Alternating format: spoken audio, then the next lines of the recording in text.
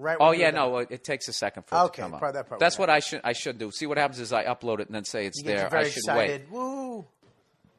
Oh, I get thrilled with myself. Yeah. I rub my ball bag, and then I tweet. How you doing, Joe? How you doing with the happy mic over there?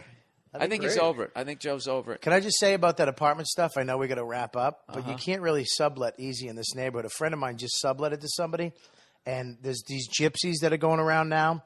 They go in, they sublet, and then they extort you. They won't leave, and the rights are actually on with the tenant. With the tenant, yeah. So you give them 20. Why I don't rent to gypsies when they show up with their frying pan tied to their belt. They send in other people that look normal, nice people. And what do you mean by normal? White. Oh, Jesus. I'm kidding. So no, if I were to rent this out again, I would do what I did this time. I would find somebody that I know. Right. As opposed to risking renting out to a gypsy. Right. I just like using the word gypsy. Yeah, I just wanted to throw that factoid in there. Do the gypsies, you mean the ones those homeless people who live up in Central Park? No, all the psychic readers, all those people. You ever see the psychics fronts? With those Sam Kinison scarves tied around their heads? Yeah, yeah. They go in at $20,000 to get them out of the fucking apartment. And I do that. And you have to pay rent. They don't pay the rent. I think so you have to pay the rent, too. We'll just turn it into our next movie. Really? Nice. No, you know what I would do? I would just because I have keys to the place here, I would just come in and I would put a little bit of cyanide in all their food. You kill them? Yeah, and they didn't have that almond aftertaste, and then they die. And they're gypsies, so no, they don't have any family. You have to see that movie. I just drop them in the fucking Hudson. There's the movie called Super with, what's his name, Rainn Wilson. It looks creepy, man. It is fucking great. Yeah? I want to see that. I want to see It's the so I heard great. it's really dark, man. Dude, it's dark. Like, he goes... You know when they do these superhero movies where the guy makes his own thing and goes and fights crime and, kind of beats a guy up or something? No, this guy goes over. Guy cuts him in line at the movies. He butts in. He's like, you can't do that. Right. He's like, what the fuck are you going to do? What's your problem? Like, he just goes and puts his outfit on, and his weapon is a plumber's wrench that he painted red. He goes back, cracks the guy in the fucking head, splits his head open. Wow. Then his wife goes, what are you doing? And then fucking cracks her in the fucking head. It was brilliant. Dude, that's why you don't fuck with people. I know it's just a movie. Especially in a red outfit with a plumber's wrench. I remember one time they had they picked this dude up he was wanted for a double homicide, and he did the shit. He killed a husband and a wife in fucking Massachusetts. Yeah. And they found him down here in New York. You know what he was doing? He was handing out those flyers for the double-decker bus tours. Ugh. And that's like a guy you'd fuck with. And if you got into an argument, handing out your fucking flyers, get a real job. And this guy committed a double murder. What about that guy on the subway that just started killing people? Killed his girlfriend's mom. Then he was on the train. This guy... Well, he just started slashing people. Walks up to a guy. He goes, I'm going to kill you. He had a big butcher's knife. Walked up to this big bald guy. He's like, I'm going to kill you. You're going to die today. This guy had to fight him. Wound up doing some UFC moves, holding him. Oh, I heard about that. And then the cops came and grabbed him. But the guy, his whole fucking head was sliced up from this guy. You know what's sad about that is the amount of slices that you have to take as a normal person because you're not used to that confrontation. Yeah. You'd be like, what? Why are you going to try to kill me? And you'd be like, ow, ow. At least 3 before. That's how I would be. I would be one of the easiest people. Before you fought back, you'd take a couple of slices. Oh, yeah. I would already be woozy, and that would be the first time my freckled arm would come out to try and stop something. It's getting cut with a knife, though. You don't feel it. You don't feel the slices. Oh, I felt it this morning. Did you cut yourself? Yeah, really bad. You don't really feel it. You know what? It's visual. Once you see it, then you feel it. No, I felt it. Really? Yeah. You're really not supposed to feel it because it's so It was so a sharp. bread knife. Oh, it had that serrated? yeah. Oh, and all I thought about was when those terrorists saw somebody's head off when they're alive. Ah, that's the worst. I would just literally be going. Norton's always trying to get me to watch those videos. I would just be going faster, faster. That's what I would. Hurry! Oh yeah. No. Why would you watch that? Why would you put that in there? I know it's It's terrible. awful. So now that we've told horrific stories about New York, come on into the Tribeca Film Festival This week, Joe. We have the podcast. Come on, Joe. All week, baby. We're there all Sunday week. We're going to be there. Actually, gonna it's be sold there. out, but you can come down and hang out. There's going to be a little party. No. Don't invite strangers out to our rap party. Why not? Because first of all, we haven't set one up. No shit. I'm fucking promoting it. Yeah, because I don't want to talk. You know how many comics are famous right now because of this hype? And I'm going to get a ton of emails going, where is this party? Yeah. And then when I don't respond because there isn't one, they're going to be like, they're going to think you're fucking arrogant douche. No, they're not. They're going to think you're too busy and you get stuff going on. I want to spend time with the people I care about at this party. You know, believe it or not, I love you guys very much.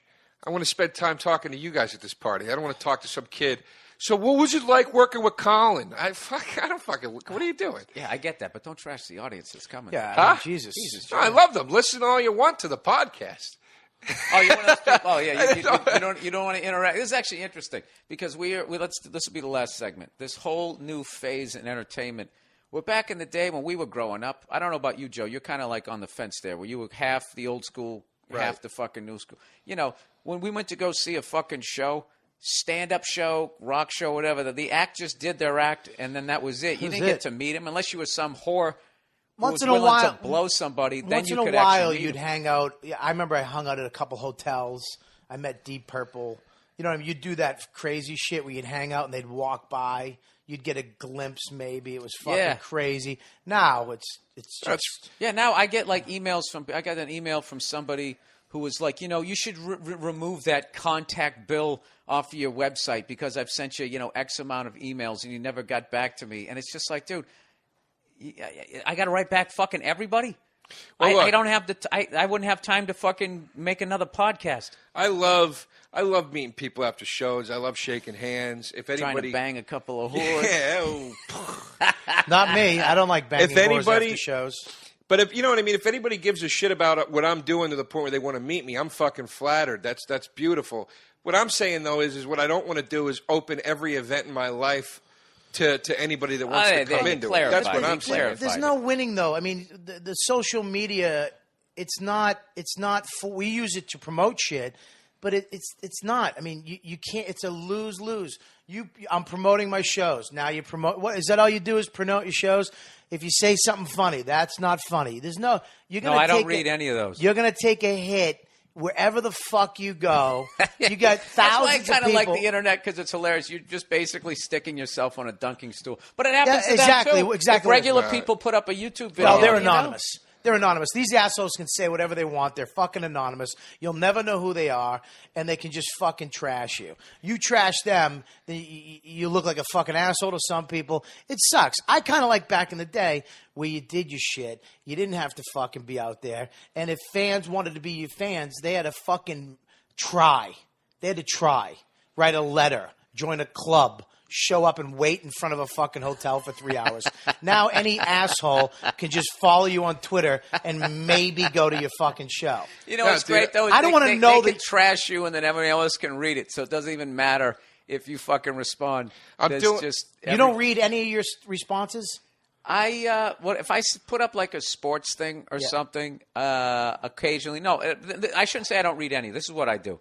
Like I'll Twitter something, right? And then like occasionally I will look. Like I don't look I used to fucking Twitter stuff and then just sit there reading all the shit to just see is it going good? Is it? And I just was like, this is fucking stupid. But they get mad at you if you don't respond too. Yeah, but what are you gonna do? There's no win. There's not. Back in the day, you got a fan mail. And they had to lick an envelope and put a fucking stamp on it and never know if you got it. I tell a story. I'm doing a bit of my act about a story about a guy sending me hate mail on Facebook and about that's why I hate Facebook so much. Because in the 90s, if you wanted to send hate mail, it took effort. You had to go buy an envelope and shit and write a letter. And halfway through it, you'd be like, am I even pissed about this anymore? I don't fucking care. But it took commitment. Now, literally from your phone in the middle of a board meeting at work, as you're going, yeah, boss, yeah, you fucking piece of shit. You know what I mean? Yeah, but everything's moved up. Back in the day, for us to actually do a fucking radio show, we'd have to actually get hired to do one. Yeah. Now I can just buy this shit at Guitar Center. Yeah, and it's good. This is fucking international. Yeah, if we were doing this show global, people can two people in fucking Ireland. No, but I'm saying is the potential of it. The potential's is that people there? Yeah, no. But no, I was by no Vinny, means. I love your podcast. Fucking two jerk-offs drinking Guinness. If this was what of us, you know. If we were doing this in the 80s, we'd be breaking right now to play our mandatory spin of Too Shy. But here it is. You know what I mean? It was like, you got to do this. You You got to play this. radio. But here it is, though, is that, some guy tweeted me last week. I'm unfollowing you right now. I followed you to unfollow. Fucking, who gives a shit, dude? You do. Yeah, but here's... Because you're bringing it up. Exactly. I got you. care because it's like you're such a fucking loser that you